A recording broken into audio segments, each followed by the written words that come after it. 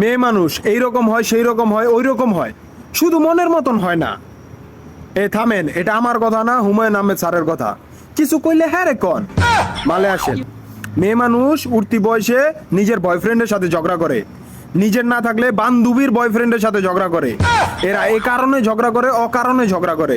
প্রেমিক অবস্থায় থাকায় ঝগড়া করে, বউ হইলে করে, আবার শাশুড়ি হইলে ঝগড়া করে, আবার কোনো কারণে ঝগড়া করে হাইরা গেছে, কি কারণে হারছে এটা নিয়ে আবার ঝগড়া করে।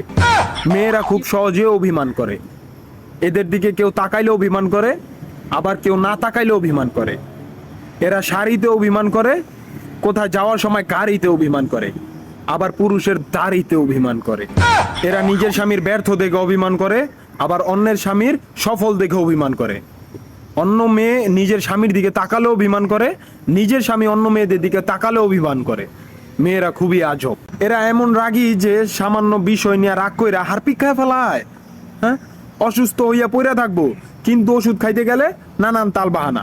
মাঝে মাঝে মনে হয় কি যে মেয়েদের মন জয় করার চাইতে এবারে জয় করা সহজ।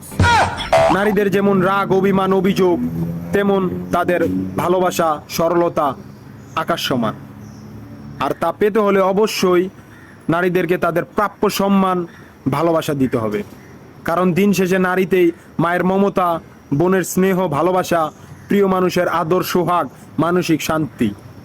তাই কেউ একজন বলেছে, নারী হেসে ওঠার আগ পর্যন্ত দুনিয়া ছিল বিষণ্ণ, বাগান ছিল জঙ্গল, পুরুষ ছিল সন্ন্যাসী।